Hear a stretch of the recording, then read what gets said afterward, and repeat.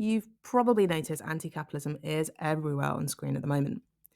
And one of the best shows on TV right now is the science fiction thriller Severance. Please go watch it if you haven't already, which focuses on four workers working in an eerie big corporate called Lumen who undergo a severance procedure, creating a version of themselves that does nothing but go to work. The show brings up a lot of different themes and ideas, but what we're going to focus on in this episode is something that sits at the heart of the show: resistance. What does the show so far tell us about whether it's possible to resist your own oppression? And what does it tell us about how powerful people undermine people's collective fight for freedom? This is Naked Politics' podcast, Political Pop. Let's talk about Severance and what it tells us about resistance. And yes, there will be spoilers. Okay, so before we take a look at resistance, let's analyse how the workers at Lumen are actually being oppressed. The way the show constructs the workplace makes the viewer immediately feel like everything is a little bit off. It's cold, it's clinical, it just feels weird. Visually, Lumen looks hollow and empty. There's endless white hallways, huge empty spaces in the office, so many characters talking this weird corporate speak that sounds totally devoid of human emotion. Purge all distractions. Employees are most fulfilled when focused on their important and mysterious work. Isn't that right, Miss Wong? The first time we meet Helly, she's spread eagled across a boardroom table and has no idea who she is or why she's at Lumen. And she seems pretty angry about being told she has to stay there. The board, which controls the company, is invisible and faceless, only ever heard through an intercom. All the innies have no right to leave their job. Only their outer selves can choose to resign, and increasingly the outies having the power to resign is up for debate. Innies have no choice or autonomy in their working lives. Maybe that sounds familiar. The innies have no memories, they've got no relationships, no lived knowledge of the outside world, they've never seen the sky, they've got no family, no friends, they have no sense of history other than what the company tells them.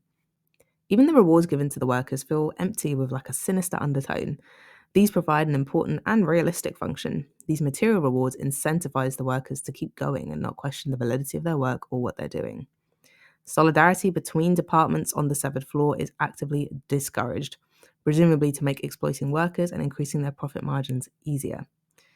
Most importantly, the innies are totally estranged from the work they produce. They have no clue what their actual jobs are other than moving a bunch of scary numbers on a screen. Karl Marx's theory of alienation describes the separation and estrangement of people from their work, their wider world, their human nature, and themselves.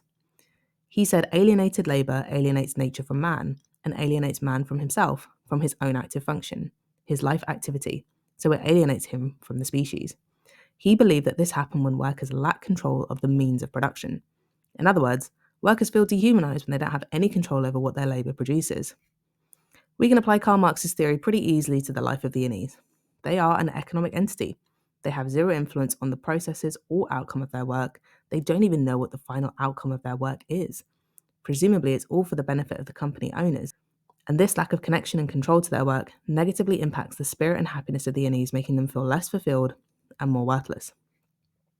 So it's all sounding a little bleak for our innies, and to be honest, the outies don't seem to be having a great time either. Outie Mark looks depressed as hell, Outie Dylan can't hold down a job, and Outie Helly is, well, she's evil. But the show does take us on an interesting journey looking at how our innies start to gain some consciousness of their oppression and try to do something about it. So how do they try to resist? When the workers find Rickon's book, which is full of cliche therapist-sounding nonsense, it does something amazing for the workers in a world where information is tightly controlled and corporate culture is instilled top-down. It helps them visualize and understand their own oppression. Whilst the book probably doesn't tell them much theoretically about the wider world, its simplicity and basic messages of respect and standing up for yourself show them how oppressed they really are. One of the most touching storylines is Irving and Bert, and if you're super online like me, you'll know them collectively as Birving. Yep, that's a thing. They work in different departments on the severed floor, and they unexpectedly fall in love. When we meet Irving, he seems cautious, he diligently follows the company rules, and he's a firm believer in the law of Lumen and its godlike owner Keir. He's set up as the character least likely to cause trouble. But after Irving falls in love, Lumen chooses to retire Bert, effectively killing him because once his outie has been fired, the innie Bert no longer exists. Bert's outie is retiring. It'll happen to you too someday. You smug motherfucker. Lumen does because it becomes concerned about Bert and Irving's relationship, which represents a growing solidarity between different departments of severed workers. This is recognised by Lumen as a threat to the status quo. This loss and grief radicalises Irving, And as the series continues into season 2, his grief also helps him stay focused.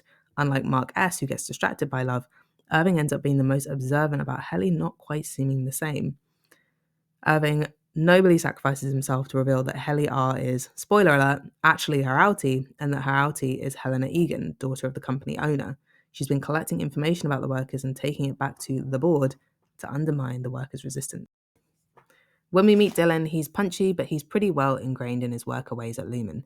He's enamored by the company's material incentives in particular, like parties or finger traps. These things seem pretty basic to us, but for someone with no actual life, they mean a lot to him.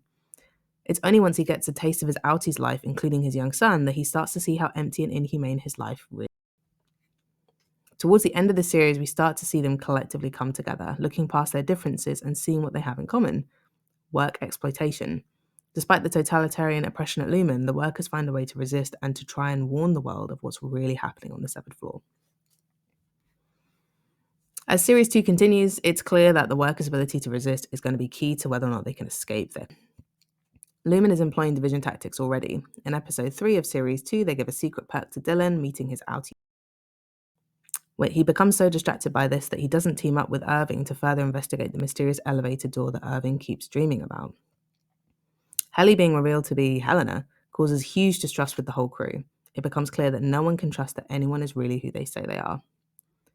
We also get a glimpse of the pressure the board is putting on middle manager Mr. Milchick to toughen up the macro data team.